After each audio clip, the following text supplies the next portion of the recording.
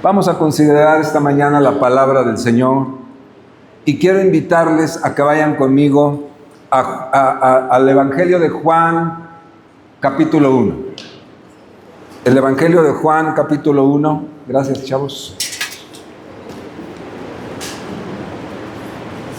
Vamos a leer a partir de el versículo 19, ese pasaje que termina en el versículo 28. Vamos a leerlo juntos, hermanos. Dice la palabra del Señor. Este es el testimonio de Juan cuando los judíos enviaron de Jerusalén sacerdotes y levitas para que le preguntasen: ¿tú quién eres? Confesó y no negó, sino confesó: yo no soy el Cristo. Y le preguntaron: ¿qué pues? ¿Eres tú Elías? Dijo: no, no soy. ¿Eres tú el profeta? Y respondió: no. Le dijeron: pues, ¿quién eres? Para que demos respuesta a los que nos enviaron. ¿Qué dices de ti mismo? Dijo: yo soy la voz de uno que clama en el desierto. Enderezad el camino del Señor, como dijo el profeta Isaías. Y los que habían sido enviados eran de los fariseos. Y le preguntaron y le dijeron: ¿por qué, pues, bautizas si tú no eres el Cristo, ni Elías, ni el profeta? Juan les respondió diciendo: yo bautizo con agua, mas en medio de vosotros está uno a quien vosotros no conocéis. Este es el que viene después de mí, el que es antes de mí, del cual no soy digno de desatar la correa del calzado. Estas cosas sucedieron en Betábara, al otro lado del Jordán, donde Juan estaba bautizando. Padre, en el nombre de Jesús, estamos en tu presencia, delante de ti, reunidos para considerar tu palabra. Señor, que tu presencia preciosa manifiesta, se haga patente en este lugar, en medio de nuestras circunstancias, en medio de los tiempos y las situaciones que tú conoces a profundidad. Te ruego seas propicio a nosotros y que traigas en tu palabra un mensaje pertinente a la necesidad de cada uno de tus hijos, en el nombre precioso de Jesús. Amén. Amén.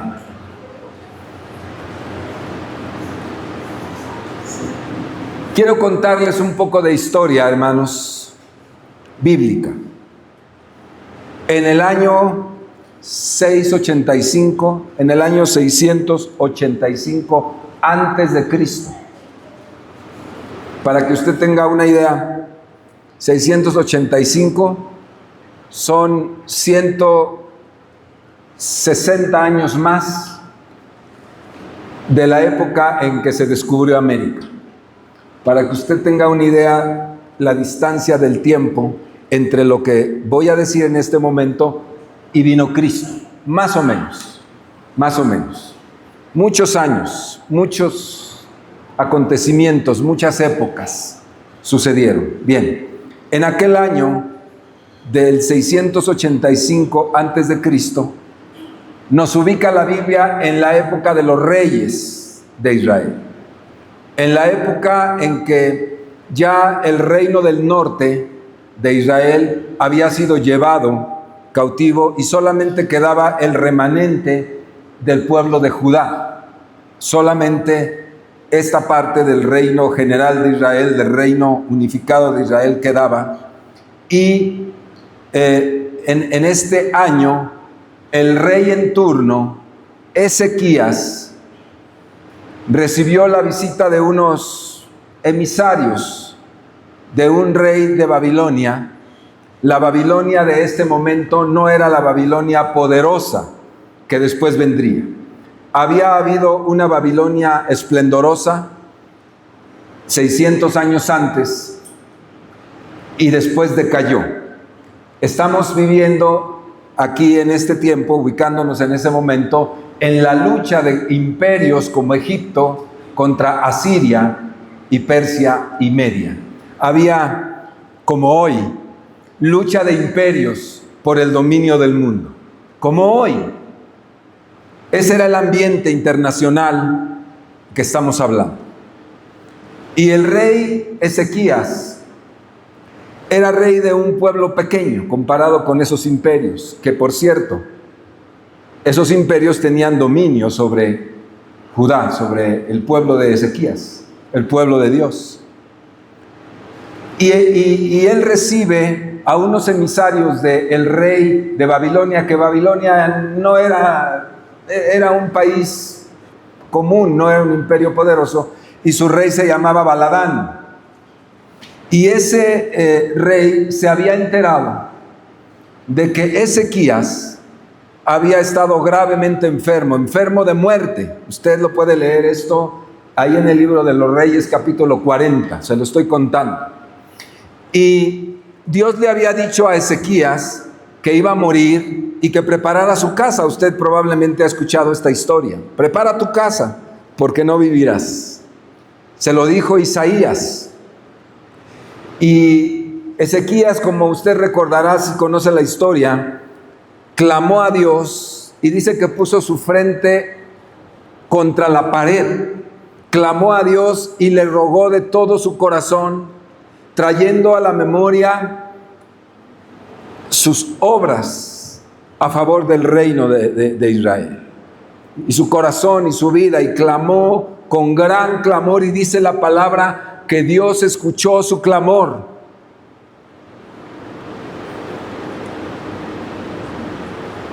Y el profeta que le vino a decir que iba a morir, y ya se había retirado, iba camino, salida de sus propiedades del rey, recibe de Dios una palabra y le dice: regrésate, Isaías, regrésate y háblale a Ezequías y dile que le concederé 15 años más de vida. Usted se sabe esa historia. Y entonces Isaías regresa, le dice que Dios ha cambiado de parecer en este respecto y que vivirá otros 15 años, que los aproveche. Y entonces el rey se alegra y efectivamente el rey sana de esa mortal enfermedad y ha sido un milagro de parte de Dios. Cuando esto sucede, pues vienen aquellos emisarios de parte del rey de Babilonia a felicitar de parte del rey al rey Ezequías, trayéndole cartas, diciéndole: estoy contento porque tú has librado esa batalla mortal de enfermedad. Y entonces Ezequías, pues imagínense lo contento que estaba. Dice que se alegró mucho cuando llegaron estos emisarios del rey babilónico y que les dijo: pasen, muchachos, pasen ustedes, vengan, siéntense, a ver, denles de comer. Y les preparó una mesa y les preparó manjares y los atendió de maravilla. Y no solo eso, sino dice que abrió todo su reino, todo el lugar aquel donde tenía los tesoros de Dios, el oro, la reserva federal, para que usted me entienda. Le abrió la reserva federal así de una manera un tanto incauta, diría yo. Y entonces les dijo: vengan, pasen ustedes, vean todo lo que tengo, miren cuánto oro hemos conquistado. El rey David conquistó, el rey Salomón conquistó, y todo este tesoro es lo que tenemos. Véanlo, sepan lo que tenemos. Creo que fue un poco incauto, ¿verdad? Parece. Pues eso sucedió. Estaba tan feliz, tan contento, que bueno, así hizo él.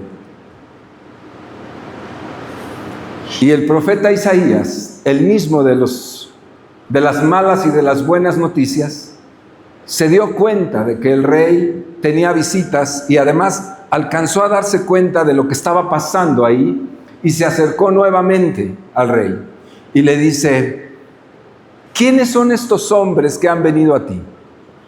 Y él dice, son emisarios del rey de Babilonia. Y me ha mandado felicitar a causa de que Jehová me ha concedido 15 años más de vida, dicho por tu boca. Y dice, oh, ¿y qué ha pasado? ¿Les hiciste fiesta? Sí, les di de comer. Les hice una barbacoa con salsa borracha, unas tortillas hechas a mano, un consomé con garbanzos. ¿Se les hizo agua a la boca? Pues eso les dio. Y dice, pero también los pasé a que conocieran el esplendor de nuestro tesoro, el tesoro de la casa del Señor, el oro, la plata, todo lo que somos, que ellos conozcan. Estoy tan contento que yo quise que ellos vieran esto y lo conocieran. Y le dijo Isaías, oh, qué interesante, qué interesante. Y en ese momento, hermanos, escuchen, en ese momento, Isaías tiene una revelación que se la quiero contar. El texto no lo dice, pero le voy a decir lo que Isaías vio. Y es ciertísimo, no me lo inventé. La historia lo narra, por eso me atrevo a decir lo que Isaías vio. Isaías, en ese momento que escucha de la imprudencia del rey, le dice, llegarán días donde Babilonia te sitiará, te destruirá. A tus hijos, herederos de tu trono, se los llevará y los hará eunucos, los hará esclavos. Llegará el día en que todo ese tesoro que has anunciado que tienes será robado de la casa del Señor y será llevado a Babilonia. Pienso que Ezequías se quedó preocupadísimo y dice, pero eso no será en tu tiempo. Y dijo, bueno, si no es en mi tiempo no pasa nada, todos estamos felices. Yo estoy interpretando el texto. Lo cierto es que Isaías alcanzó a ver 150 años antes, 150 años antes, quítele 70 a esos 150. Isaías estaba viendo lo que no sucedería exactamente al rey en este tiempo, pero sí que en el futuro, casi un siglo después, había de acontecerle al pueblo de Judá. Isaías vio a Manasés, descendiente de Ezequías, de este rey, que había de tomar su trono, y todas las abominaciones y todas las atrocidades y todo el pecado que este rey descendiente de Ezequías había de hacer en el futuro próximo. El pecado bárbaro que hizo, la adoración demoníaca que hizo que el pueblo de Judá ejerciera y que lo permitió. Isaías lo vio proféticamente. Isaías vio la caída de Jerusalén. También vio a Josías, un buen rey que intentó sacar de la idolatría y de la perversidad a Judá, pero no lo logró.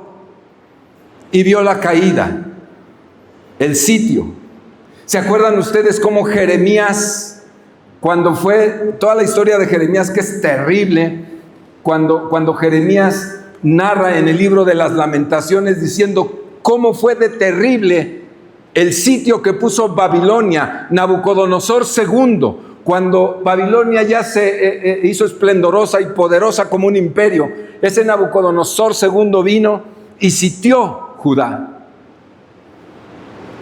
¿Y se acuerdan ustedes cómo narra que había hambre en las calles? Un hambre tan terrible que las mujeres mataban a los niños y se los comían. ¿Se acuerda de eso? Todo ese horror en ese instante alcanza a ver Isaías en presencia de Ezequías y él le cuenta, finalmente caerá tu reino Y cuando le dice tus hijos serán llevados, no era exactamente sus hijos que él procreó, sino era su descendencia real. Dice, serán tomados, serán llevados, serán torturados, les cortarán los genitales y los harán eunucos de la casa del rey y serán humillados. Y todo el tesoro de la casa de Dios será transportado a Babilonia.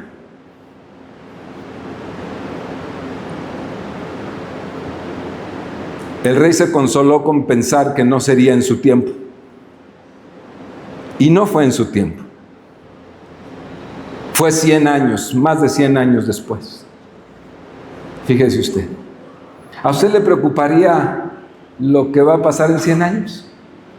¿150 años? ¿Le preocuparía lo que le va a pasar a este país en 100 años? Pues a lo mejor usted dice, pues no. ¿O sí? ¿Le preocuparía que por los actos de usted, por sus decisiones, haya repercusiones negativas? ¿Le preocuparía? Es una buena pregunta para todos nosotros. ¿Nos preocupa?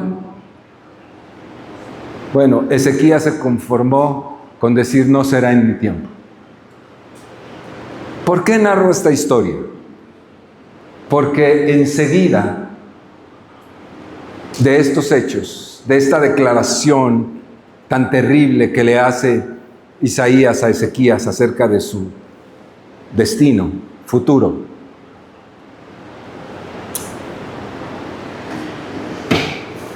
Isaías dice lo siguiente. Si usted sigue el capítulo ahí, estoy en el 40, si usted lo puede leer, Isaías hace esta declaración profética en ese momento y dice, estoy en el 40, 1 y 2, consolaos, consolaos, pueblo mío, dice vuestro Dios. Hablad al corazón de Jerusalén, decidles a voces que su tiempo es ya cumplido, que su pecado es perdonado, que doble ha recibido de la mano de Jehová por todos sus pecados. Voz del que clama en el desierto, preparad el camino a Jehová, enderezad calzada en la soledad a nuestro Dios. Todo valle sea alzado y bájese todo monte y collado, y lo torcido se enderece y lo áspero se allane, y se manifestará la gloria de Jehová, y toda carne juntamente la verá, porque la boca de Jehová ha hablado. Esta es la cita a la que hace referencia Juan en nuestra primera lectura. Juan se refirió a esta profecía que en este momento, después de haber hablado Isaías con Ezequías, él pronuncia delante del pueblo. Es una profecía que, habiendo visto Isaías el horror del futuro de Jerusalén y de Judá,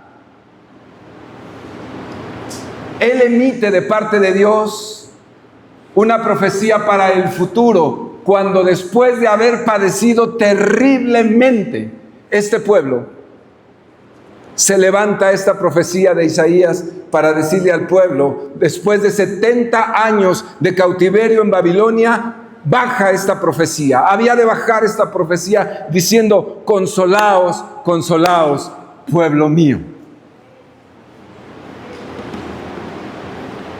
En ese momento, declara una profecía que tendrá su pertinencia 150 años después, consolando todo el dolor a causa de la justicia de Dios que vino sobre la nación de Judá. Qué interesante, qué interesante. Qué interesante cuando hablan los profetas. Parece que los profetas hablan Y a veces a uno le parecen tonterías. A algunos, a otros no. Quien sabe lo que significa la profecía, aprecia cada palabra, la juzga. ¿No es cierto, Mari? Nos estás enseñando esto. Nunca menosprecia una palabra, nunca. Nunca la tira al piso. La escucha con temor y temblor. Porque a veces las profecías no se van a cumplir ni en nuestra vida, como en este caso. Son profecías dadas que tienen una relevancia histórica como esta. Imagínense nada más que alguien del pasado haya dicho acerca de México, allá por, voy a poner un imaginario y burdo ejemplo, ¿no? Que Moctezuma, el emperador conquistado de nuestra nación,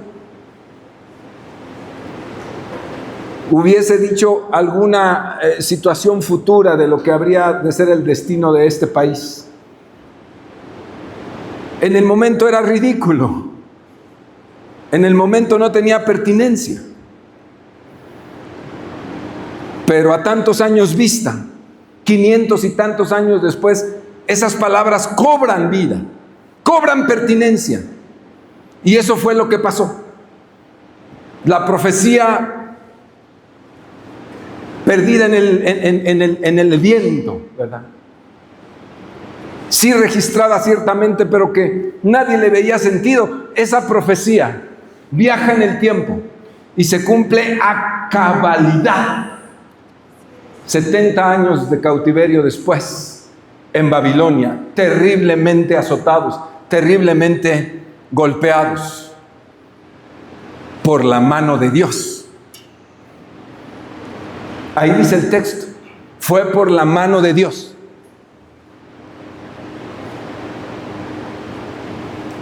Esa palabra la retoma Juan el Bautista.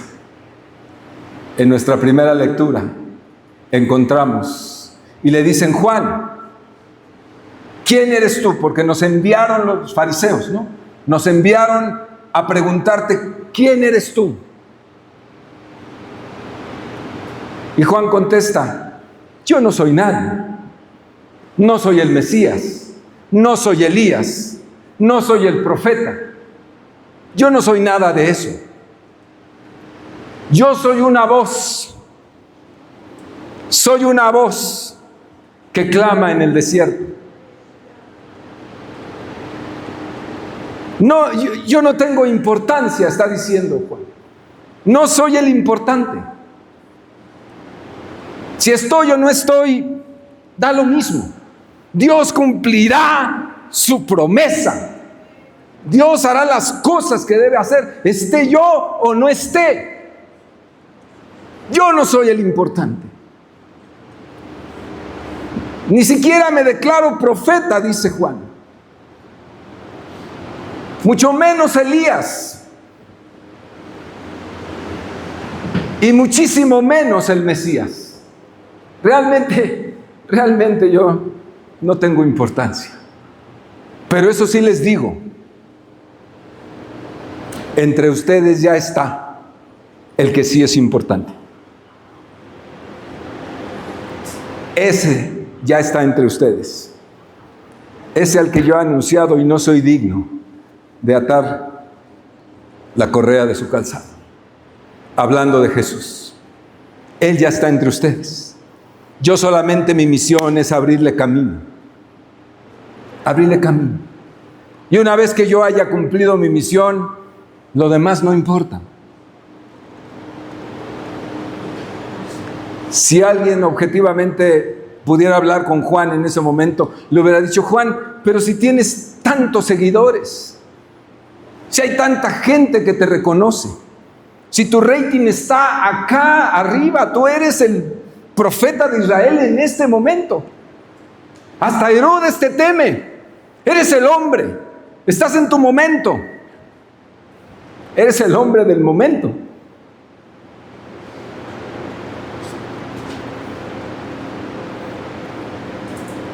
Y él responde: yo no importo. El que importa es el que yo les he predicado. Él es el que importa. Él es el importante. Y es necesario que yo mengüe y que Él crezca. Vayan, síganlo a Él. Nada más quiero saber una cosa. Encarcelado, ya se sabe usted la historia. Nada más váyanle y nada más quiero saber, y que Él de su boca diga que sí es o tenemos que esperar a otro. Y manda a sus discípulos y le preguntan. Y Jesús les da evidencia a través del poder sobrenatural del Espíritu Santo, sanando enfermos, liberando demonios, restaurando vidas. Y Él les da evidencias. Y díganle, vayan y díganle a Juan que los ciegos ven, que los sordos oyen, que los cojos brincan, que caminan, que el reino de Dios ha llegado. Aleluya. Yo creo que cuando Juan oyó eso, hizo una declaración como la de Simeón. ¿Se acuerdan? Simeón, cuando vio al niño en el templo, cuando lo vio entrar, ¿se acuerdan de ese pasaje? Cuando vio a Jesús en manos de María, que dijo una declaración escalofriante y hermosa, que dice: Señor, despide a tu siervo en paz, porque ya vieron mis ojos tu salvación. Vi que se cumplió lo que prometiste. Prometiste que lo vería y ya lo vi. Me puedo morir sin ningún problema. Lo vi. Yo creo que Juan hizo una oración, quizás, ¿verdad? Esto no lo dice la Biblia, pero quizá Juan pudo haber dicho: Señor, con eso me basta. El reino llegó, y que Herodes haga lo que quiera. Yo me puedo morir.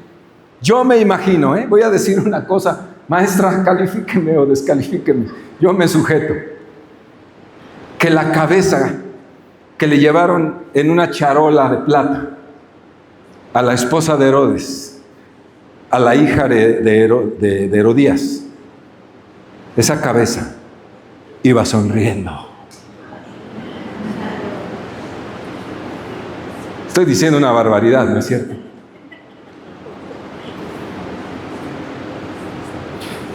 Pero lo que sí sé y estoy seguro es que Juan dio por terminado su ministerio, feliz, satisfecho de haber cumplido la voluntad de Dios. Soy una voz que clama en el desierto. ¿Qué es una voz? Algo que sale, que se dispersa en la atmósfera, en el tiempo, entre el viento. Soy una voz. Y que puede ser escuchada o puede ser ignorada. Que puede tener verdad o que puede tener mentira. Que puede tener poder o ninguno. Soy una voz. No es lo importante. No soy el importante. Yo solamente soy una voz. ¿Qué pasaba en el tiempo en que esta voz se vuelve a escuchar por la boca de otro profeta? Había habido una voz 600 y tantos años antes. Isaías la pronunció. Se cumplió al final del cautiverio, con el levantamiento de Ciro, rey de Persia. Y ahora se vuelve a escuchar esta voz en los labios de Juan. Y dice: yo soy esa voz. Dios otra vez repitiendo la misma metáfora en este tiempo. ¿Qué era el mensaje de la voz? ¿Qué era el mensaje que esa voz emitía? ¿Qué estaba diciendo? Arrepiéntanse. Arrepiéntanse. Ese era el mensaje. Era un mensaje de arrepentimiento. Pero no solo arrepentimiento, sino era abrir una ventana de esperanza al pueblo para decirle: porque mi salvación ha llegado. En el primer mensaje, cuando Ciro, rey de Persia, dice: el Dios del cielo me habló acerca de su pueblo, pueden irse. ¿Qué rey hace eso? ¿Qué rey despide a sus súbditos, los que le servían, a sus criados, a sus esclavos? ¿Qué rey hace eso? Pero Ciro lo hizo, porque era orden de Dios. Un rey pagano que tenía otros dioses, que ni conocía a este Dios. Dios le habla directamente y él da la orden y dijo: todos los judíos que se quieran ir, pueden irse libremente y que nadie se los impida. Vaya cosa. ¿En qué momento estaba el pueblo de Israel? Estaba en esclavitud, estaba en oprobio, estaba en vergüenza, estaba en dolor, en humillación. Así estaba en ese momento. Y se levanta la voz de Isaías, pronunciada todos esos siglos después, y dice: voz del que clama en el desierto, voz del que clama en medio del dolor, voz del que clama en medio de la angustia. El desierto, ya sabe usted, es la representación del dolor, de la angustia, del oprobio, de la soledad, de la adversidad, de la crisis profunda. Y se levanta la voz de Dios, resonando desde allá, desde Isaías, a este momento tan difícil, y se levanta diciendo: aquí está la palabra del Señor. ¡Qué hermoso! Que las palabras proféticas no tienen caducidad. Si a ti te ha hablado un profeta, si a ti te dijo algo constructivo, si el profeta habló, escucha silenciosamente. Escucha silenciosamente. Pon atención. Pon atención cuando un profeta hable. No lo menosprecies. No tengas en poco una palabra, por dura que pueda ser. Solo júzgala desde la palabra. Y si tienes duda, ve con los que saben. Y di: recibí esta palabra, maestra, recibí esta palabra, pastor, pastora, recibí esta palabra. Es una palabra extraña, no la entiendo. O sí la entiendo, pero no sé cómo será esto. Que te enseñen cómo recibir una palabra. Pero no la tengas nunca en poco. Porque qué tal que Dios habló, y cuando Dios habla se va a cumplir en esta vida o en la otra, pero la palabra de Dios se va a cumplir sí o sí. Es importante esto. Hay que tener temor de Dios cuando las palabras son pronunciadas por los profetas. Hay que tener temor y hay que tener temblor, amados, cuando una palabra profética ha sido. Hay que creerla. Hay que creerla. Por lo menos hay que analizarla. Si no es de Dios, está bien. Pero si es de Dios, tenga la seguridad que la palabra se cumplirá. Tenga la seguridad. Y tenga el temor de Dios de que se cumplirá. Me gusta la actitud que tiene David, que tuvo David, el rey. El poderoso rey David, que venía con su ejército caminando. Usted recordará ese pasaje. Venía con su ejército caminando, con toda su corte. Y venían sus generales, que eran unos hombres bien sanguinarios. Eran tremendos esos hombres, hombres de guerra. Joab, Abner, estos generalazos de David, ¿no? Y de repente, en una colina, usted recordará eso, un hombre comienza a aventarle piedras al rey, reclamándole que él estaba enojado, este hombre, porque le había quitado el reino a Saúl. Y estaba aventándole piedras y diciéndole improperios.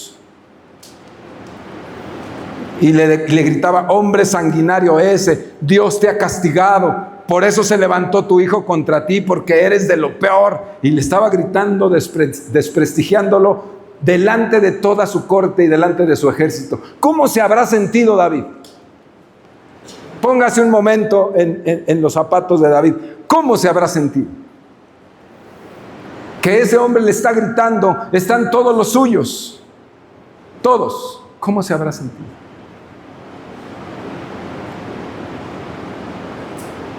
Con razón o sin razón, pero ese hombre lo está avergonzando.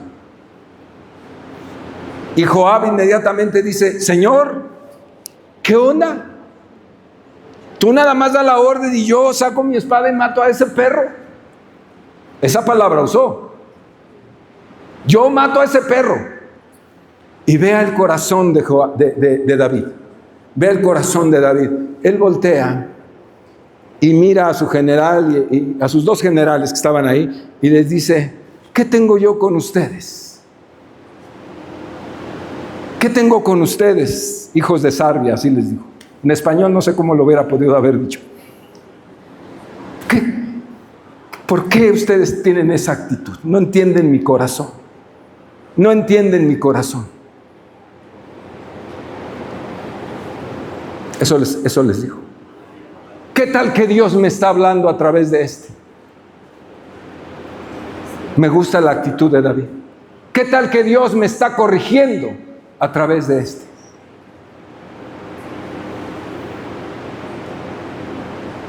No es que él haya sido un profeta. De hecho, al final de la historia uno sabe que no era ni profeta, que era un perro, como lo mencionó Joab. A final de cuentas no era, pero David tenía el corazón listo para sacar las antenas y decir: ¿qué tal que Dios me esté hablando? La palabra profética es así. Se pronuncia y hay que tener oídos espirituales para escuchar. En este contexto, donde retoma Juan las palabras de Isaías que pronunció, las retoma otra vez y dice: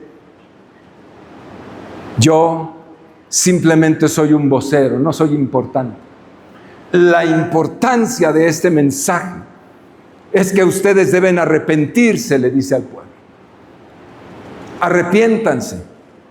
Todo lo que está chueco, todo lo que está torcido, todas las trampas, todas las tranzas, todas las mentiras, todas las traiciones que hacen, todo ese doblez y toda la hipocresía, arrepiéntanse de todo eso.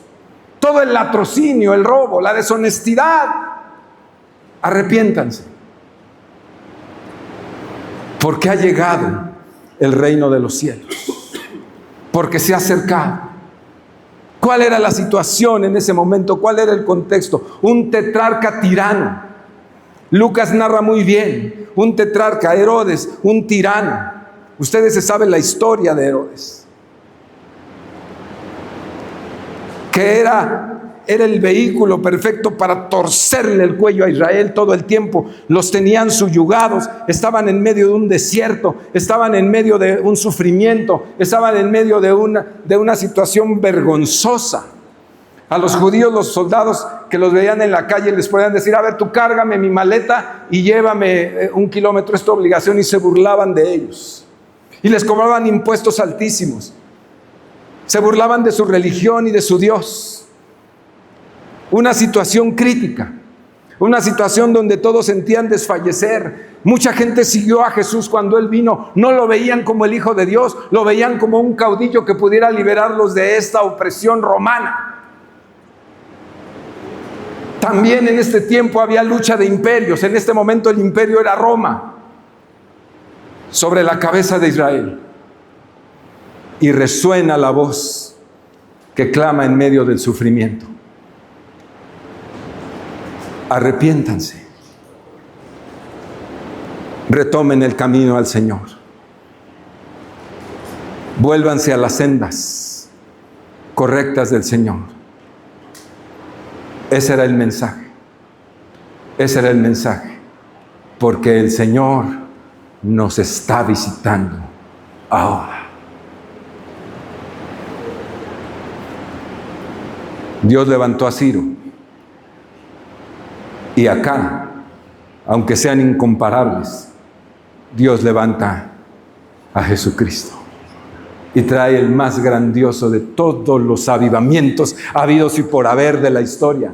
La presencia de Dios mismo, el Todopoderoso, en la persona de Jesucristo, sanando, liberando, restaurando, reconciliando, el Dios Todopoderoso en la tierra, salvando al hombre.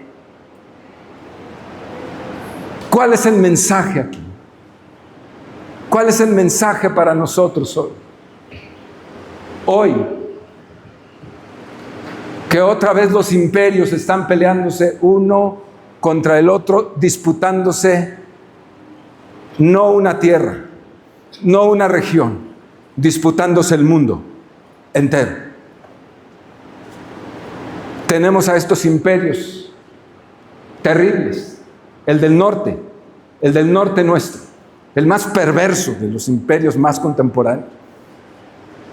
El otro imperio que quiere ganarle, el otro imperio que quiere la guerra. Ahí está el escenario. Otra vez se repite la historia. Y la perversidad rampante, y la violencia rampante, la injusticia rampante, alejados de Dios. Y una iglesia que no sabe en qué, que no sabe ni para dónde jalar, y que en muchos lugares está siendo víctima de oprobios, de persecución, de asesinatos, de injusticias. Recién ahorita tenemos que han echado de la propiedad al seminario Anna Sanders, que ha formado cientos y no sé si miles de ministros que han sido una bendición para este país. Ministros que han dado la vida por este país. Ahí está Marisela, ella es una. Y Pastor Carmona es otro, que ustedes conocen. Hombre, alma que egresó, está Griselda, egresados de un instituto, preparándose para dar la vida, preparándose para servir a Dios, preparándose para que la gente de este país tenga una mejor calidad de vida. Y entonces comienza la persecución, comienza el oprobio, así se empiezan las persecuciones, así se empiezan. Ahorita ellos, quién sabe mañana, pero estamos en un tiempo bien especial, amados, bien especial, en donde la iglesia comienza a sufrir y comienza a participar de los desiertos que en el pasado, durante toda la historia, han venido sobre aquellos que aman a Dios y que son de Jesucristo. Así que hoy, otra vez, voz del que clama en el desierto, voz del que clama en el lugar de dolor, voz del que clama en el lugar de oprobio, de humillación. No es el mensaje de un hombre. Los hombres van y vienen, los hombres no importan, hermanos. No es el mensaje de un hombre. Es el mensaje de la voz de Dios que le dice a la iglesia: este tiempo de oprobio, este tiempo de humillación, de marginación, el tiempo que viene, te debe traer al arrepentimiento.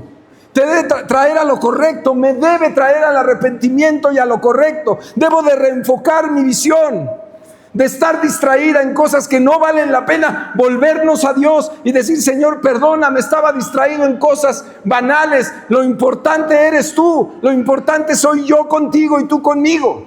Lo importante es que como iglesia tenemos un deber de clamar en este tiempo por aquellos que no te conocen. Voz del que clama en el desierto. Uno grita en el desierto y nadie te escucha. Les hablas y como si a las piedras, ¿no es cierto? Este es un tiempo como ese, amados. Este es un tiempo como ese. Pero al mismo tiempo, al mismo tiempo se abre otra vez una ventana de gloria, una visitación de Dios. El avivamiento que todo mundo habla y que todo mundo desea y que todo mundo quiere, es seguro que viene. Es seguro que viene. Voz del que clama en el desierto, enderécense, enderécense. Los entendidos enderecen sus sendas, su vida, porque Él viene otra vez, porque Él nos visitará otra vez. No sé si por última vez, pero Él vendrá, Él nos tomará, Él nos tocará, Él nos expandirá, Él nos hará hombres y mujeres verdaderamente poderosos en Él, protegidos en Él. El mensaje es tan claro, es tan claro. Quiero que vaya conmigo a Lucas. Ya estoy terminando este mensaje breve, hermano. Solamente leeremos este pasaje. Mire, en Lucas capítulo 1,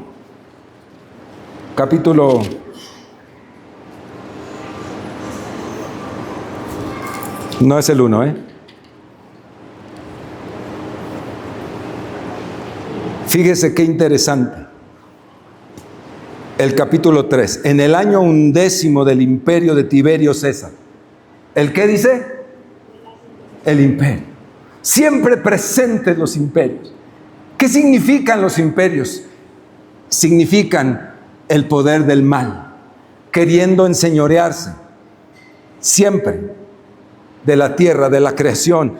En el 15º imperio de Tiberio César, siendo gobernador de Judea Poncio Pilato, y Herodes, tetrarca de Galilea, y su hermano Felipe, tetrarca de Iturea, y de la provincia de Traconite, y Lisanias, tetrarca de Abilinia, y siendo sumos sacerdotes Anás y Caifás, vino palabra de Dios a Juan, hijo de Zacarías, en el desierto, y él fue por toda la región contigua al Jordán, predicando el bautismo del arrepentimiento para perdón de pecados. ¿Qué predicaba Juan? ¿Qué predicaba? Predicaba de la prosperidad, para que usted tenga otra casa, 2 casas, 3 coches. ¿Sí? ¿No? ¿De veras no? Predicaba del prestigio, del reconocimiento, de los grandes ministerios, de los reflectores. Predicaba de eso. ¿Qué predicaba? Predicaba el arrepentimiento. Voz del que clama en el desierto. Enderezad, enderezad, enderezad la senda. Preparen el camino del Señor. ¿Qué está diciendo aquí? Versículo 4. ¿Qué está diciendo? Preparen el camino. ¿A quién le está diciendo? ¿Al mundo? ¿Al mundo? A los creyentes, a sus seguidores. Les está diciendo, preparen el camino del Señor. El Señor está próximo. Ya llegó. Está aquí.